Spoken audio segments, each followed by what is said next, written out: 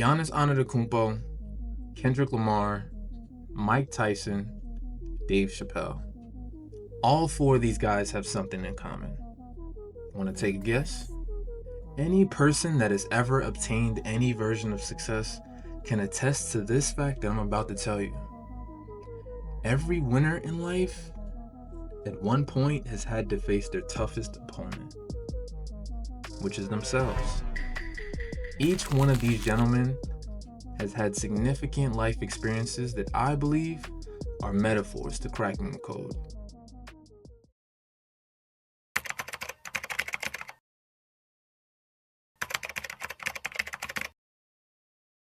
Maybe you should pull the fucking trigger. Pull the trigger. Ain't nobody gonna do for you. Now, what's this code I'm speaking about? It's pretty simple.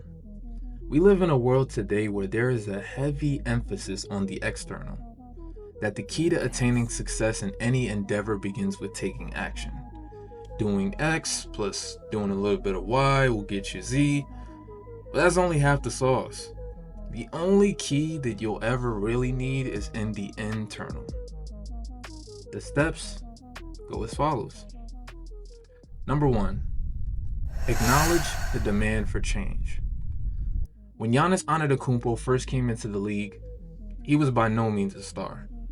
Drafted number 15 to the Milwaukee Bucks, the expectations for Giannis to be great were relatively low.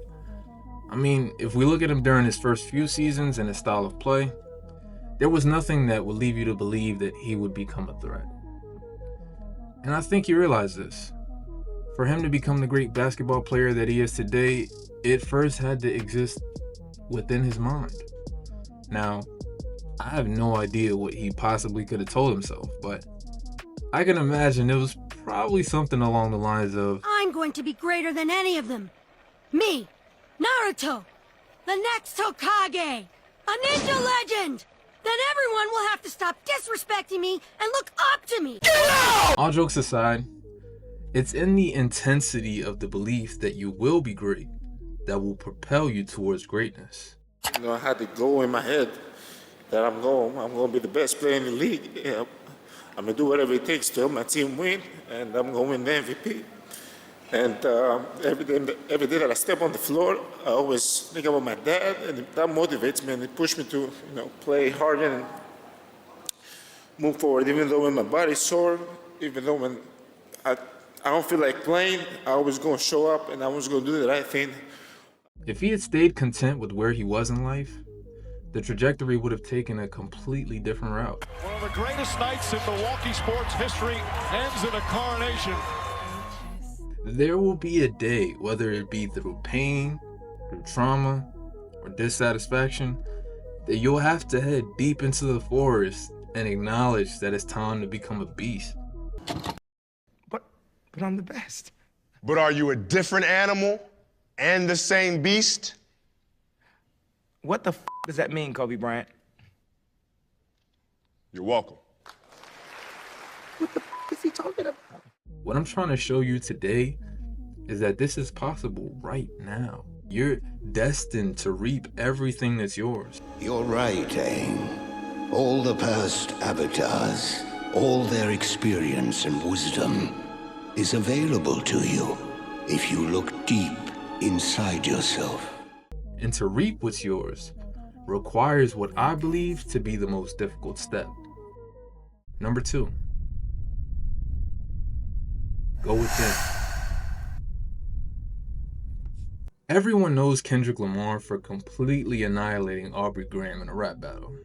His song, Not Like Us, was literally being played internationally.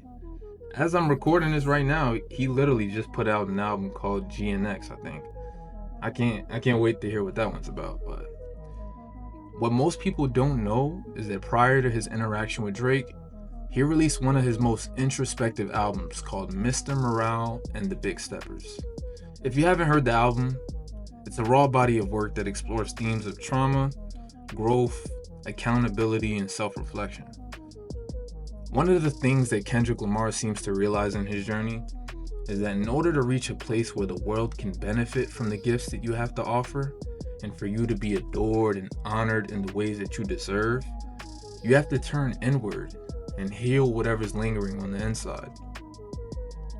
One of his tracks, called Mirror, actually begins with Kodak Black saying, "I choose me." And later in the song, he includes one of the rawest lines in the album. "Sorry I didn't save the world, my friend. I was too busy building mine again." And he did exactly that, and then doubled back to save hip-hop. I wouldn't be surprised if his new album circles around this theme. Let me show you what I do. I eat that one crunch just to get it, just to get the feel of the shit, and I just let that shit sit. But this period of being deep in the forest and looking internally is a step that very few are willing to take. Because, if I'm being honest, it's scary. It's dark. There's no one but yourself. Those who are brave enough to face their inner fears will be presented with the greatest test of all. Can you identify and destroy your enemy? Before you get scared, don't worry, Mike Tyson isn't your enemy. But one thing about him that isn't talked about enough nowadays is how Mike switched from being this. I normally don't do interviews with women unless I fornicate with them. So you shouldn't talk anymore. Unless you wanna.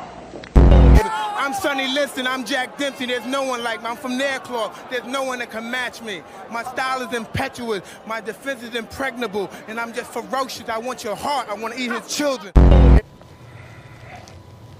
You have to go. Now, you understand, right?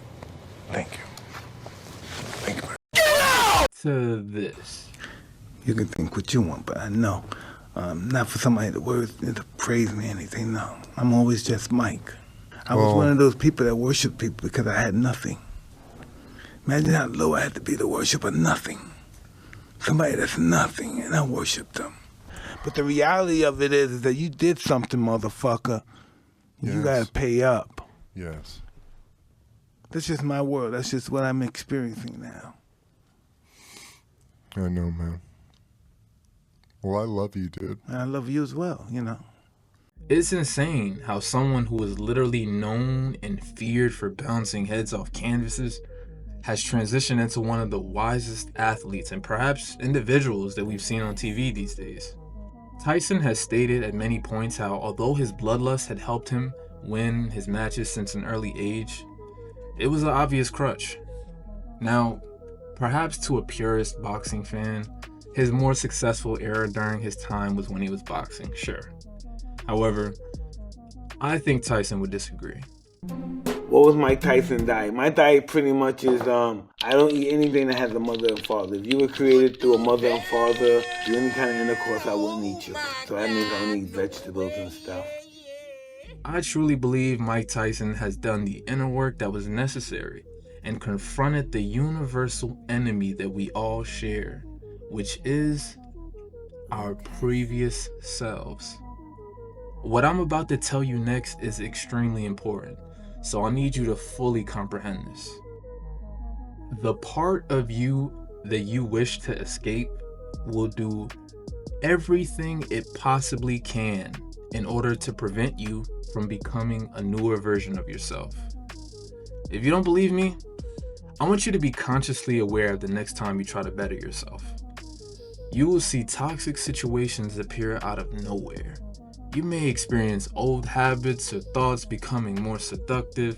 Perhaps new temptations arise to throw you off course. Not to get too religious, but the 40 days and 40 nights that Jesus spent in the desert, the devil spent his time trying to tempt him. It happens to all of us.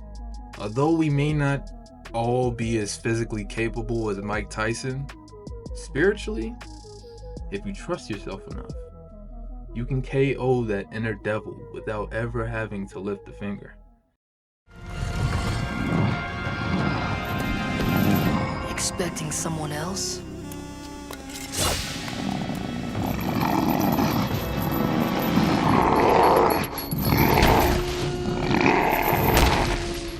mine now.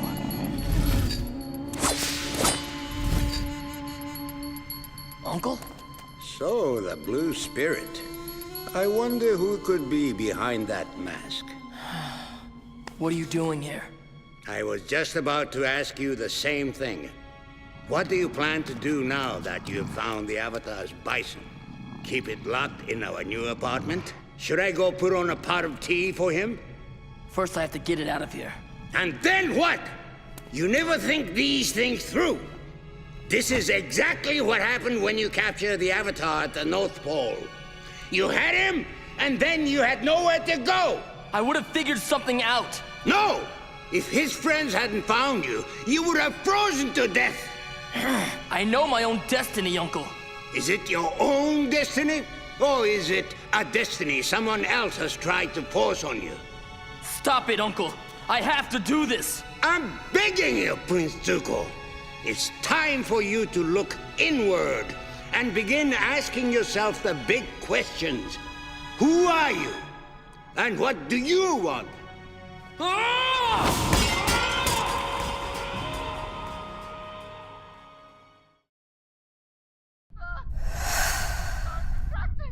Number 4.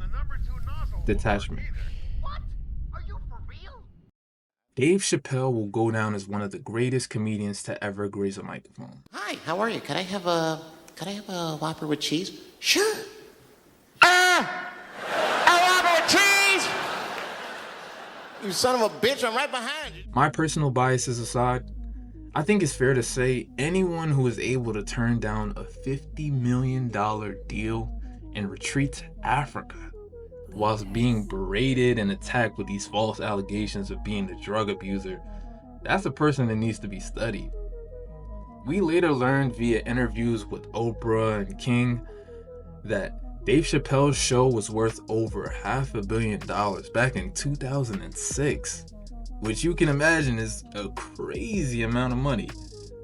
That might be what these celebs are describing as... I have what you call fuck you money. And if you have fuck you money, you don't say fuck you. What's the point of having the fuck you money? Hollywood, and everybody passed on him and said his show wasn't worth it. What do you think of Then when he made $500 million, they said even though his contract said he should get half of it, they said he made too much for the contract to be valid, so we'll offer you 10% of what you made. You mean he made $500 million and they offered him 50? Yes. And he said, what do you think my fans are gonna say when they find out you offered me 10% of what I made you? And they said, your fans will believe that you're a crazy crackhead by the time you get home. And my nigga got on the flight in LA, and by the time he got to Ohio, it was so. And 8 years later, he hasn't been in a movie and or television. Is just now trying to do his real comeback at Radio City Music Hall. It bees like that sometimes. So now you can be the fake king or you can be the real king, but heavy is the head. What makes his story so interesting is that although he was never fairly compensated for the Chappelle show, when he came back to America, he stayed true to his craft. He returned stronger, significantly more respected, and became an enduring voice both in comedy and social commentary. On top of that, he was able to recoup millions of dollars from his latest Netflix specials and pre-signed deals. Ultimately, he sacrificed $50 million for his freedom and came back and earned significantly more. Rather than me explaining what he may have realized upon his journey, I figure I'll let him do it.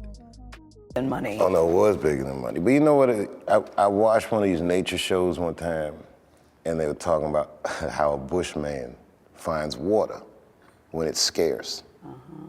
And they do what's called a salt trap. I didn't know this. Apparently baboons love salt. Okay. So they put a lump of salt in a hole, and they wait for the baboon. The baboon comes, sticks his hand in the hole, grabs the salt makes his hand bigger, and he's trapped, he can't get his hand out. Now if he's smart, all he does is let go of the salt. Baboon doesn't want to let go of the salt. Then the bushman just comes, takes the baboon, throws him in the cage, and gives him all the salt he wants. And then the baboon gets thirsty, the bushman lets him out of the cage. The first place the baboon runs to is water, Bushman follows him, and they both drink to their fill. And in that analogy, I felt like the baboon. But I was smart enough to let go of the salt. If you're able to complete the 3 previous steps, you may find detachment to be the most confusing. Why must someone let go in order to obtain their desires? The answer's simple. Everyone makes the mistake of believing that if you simply want something bad enough, it'll come to fruition. And to be honest, that's only half the sauce.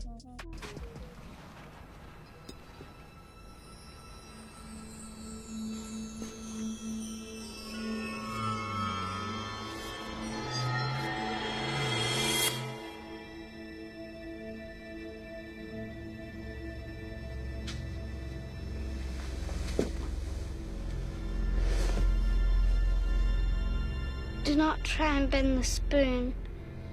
That's impossible. Instead, only try to realize the truth. What truth? There is no spoon.